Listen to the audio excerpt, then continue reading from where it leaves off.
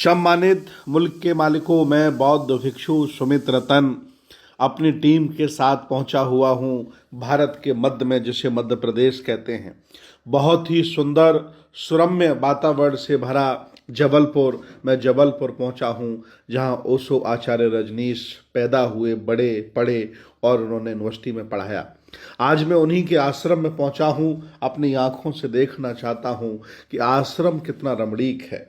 पूरी दुनिया के लोग यहाँ आकर के ध्यान करते हैं, रहते हैं, सुकून और शांति पाते हैं। मैंने स्थानीय गाइड को अपने साथ लिया और मैं पूरा आश्रम देखने निकल पड़ा। सबसे पहले हमने वहाँ के मेडिटेशन हॉल देखे, वहाँ के साफ सफाई देखी, वहाँ के तरह तरह के वृक्ष पौधे देखे। इनमें कुछ पौधे हमें विदेशी भी मिले, कुछ भारतीय पौधे थे। और बहुत सुंदर कॉटेज बने हैं, छोटे छोटे कमरे बने हैं और बहुत सुंदर तालाब हैं, स्विमिंग पूल हैं। मतलब ये आश्रम एक प्राकृतिक वातावरण से और कह सकते हैं कि हरे भरे पौधों से भरा पड़ा है। लगभग कई एकड़ों में फैला ये आश्रम लोगों को अपनी तरफ खींचता है। लोग यहाँ शांति सुकून पाने के लिए जाते हैं, मेडिटेशन करते हैं। और मैं पहुँचा हुआ हूँ उस आश्रम में जहाँ आचार्य ओशो रजनीश ने रह कर के ध्यान किया, सीखा, पढ़ा, तमाम पुस्तकों का अध्ययन किया। और मैं पहुँच गया हूँ मेडिटेशन हॉल। आप देख सकते हैं ये जबलपुर ओशो आश्रम जहाँ वो स्वयं रहे थे, उनका ये मेडिटेशन हॉल है। यहाँ एक साथ लगभग 100 लोग बैठकर मेडिटेशन कर सकते हैं। आप बुकिंग करा करके वहाँ जा सकते हैं, मेडिटेशन कर सकते हैं, रह सकते हैं। रहने का, खाने का बहुत अच्छा प्रबंध है। आप ऑनलाइन भी बुकिंग करा सकते हैं। कई ओशो सन्यासी पूरे भारत के हमारे मित्र हैं और वो लोग भी तथागत भगवान बुद्ध की प्रेरणा लेकर आगे बढ़ना चाहते हैं। फिर हमने पूरा आश्रम देखा। लगभग मैं 1 किलोमीटर से ज़्यादा पैदल अंदर चला। तमाम वृक्ष, पहाड़, टीले, चूँकि ये जो क्षेत्र है ये पहाड़ी एरिया है, नीचे नेचुरल पहाड़ है और ऐसे भी स्थान यहाँ हैं, शिलाएं हैं जहाँ आचार्य ओशो रजनीश ने बैठ करके ध्यान किया था।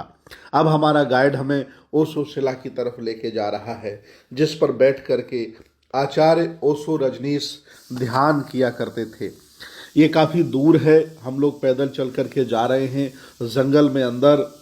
और एक ऐसी शिला जिस पर बैठ करके आचार्य ओशो रजनीश ने ध्यान किया है। हम लोग ऊपर चढ़ के जा रहे हैं।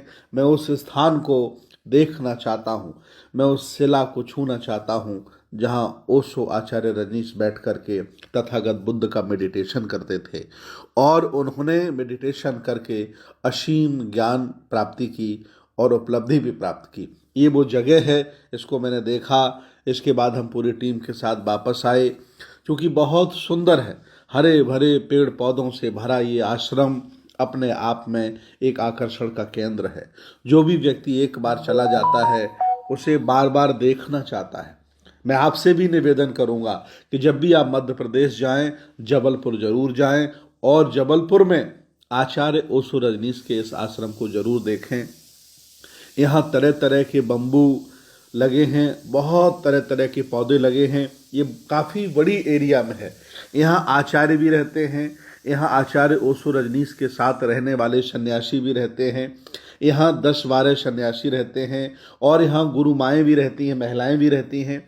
मैंने सभी लोगों से मुलाकात की और इसके बाद मैंने प्राकृतिक दृश्य को देखने के लिए पूरे आश्रम का भ्रमण किया। सब कुछ देखा, हरा भरा पानी से और पौधों से ये आश्रम अपने आप में एक बहुत बड़ा है। ये एक कॉटेज है जिसमें वाइब्रेशन होता है। अगर हम कुछ बोलते हैं तो वाइब्रेट होता है। इसमें बैठ कर के लोग मेडिटेशन करते हैं, मैंने देखा। और ऐसे कॉटेज सभी आश्रम में बनने चाहिए। ये बहुत अच्छा था, अपने आप में एक अनुभव था, कुछ सीखने जैसा था, कुछ जानने जैसा था। और हमारी पूरी टीम आश्रम का पूरा आनंद ले रही थी, देख रही थी नज़दीक से वहाँ के वृक्ष, वहाँ के पेड़ पौधे, वहाँ की व्यवस्थाएं, वहाँ का वातावरण, वहाँ की सुंदरता वाकई हमारे दिल को और मन को प्रसन्नित और प्रफुल्लित कर रही थी। जीवन में हमें हमेशा सुकून नहीं मिलता है, लेकिन कभी कभी सुकून और शांति पाने के लिए हमें ऐसे स्थानों पर जाना पड़ता है जहां वाकई ये लगता है कि हम प्रकृति के करीब चले गए। हम पूरी टीम के साथ पहुंचे हैं पुस्तकालय। ये अपने आप में बहुत सुंदर पुस्तकालय है। यहाँ आचार्य ओशो रजनीश के तमाम प्रवचन, तमाम उनकी किताबें हिंदी, इंग्लिश में और बाहर की तमाम भाषाओं में मिलती हैं। उनके तमाम यहाँ चित्र रखे हैं जो अलग अलग समय के, बचपन के हैं, ज़बानी के हैं, और जब वो कमज़ोर हो गए थे उस समय के हैं। मैंने यहाँ से कुछ साहित्य भी खरीदा अपनी पूरी टीम के साथ, और लोगों को प्रेरित भी किया कि साहित्य ही हमें परिवर्तित करता है, साहित्य भी हमें आगे की तरफ लेके जाता है। बहुत अच्छा था, बहुत ही सुंदर कॉटेज था, पुस्तकालय था। और यहाँ जो पुस्तकालय में जो गाइड है मेरे साथ, वो भी बहुत ही धार्मिक व्यक्ति है। हमसे भी उसने कहा कि मैं यहाँ आया था घूमने के लिए, लेकिन मैं यहीं का होके रह गया। तो हम लोगों ने यहाँ पूरा भ्रमण किया, देखा। आसपास बहुत सुंदर तालाब हैं जिनमें पानी नहीं है, बहुत सुंदर बगीचे हैं। ओशो अमृतधारा धाम के नाम से ये आश्रम है। आचार्य ओशो रजनीश के साथी, उनके साथ जो रहे हैं वही लोग इसे चला रहे हैं, और इन लोगों का मानना है यही वो आश्रम है जहाँ आचार्य ओशो रजनीश पढ़ते थे, रहते थे, मेडिटेशन करते थे और पूरे भारत के लोगों को बुला करके सिखाते थे। उसके बगल में ये तालाब है, आप जरूर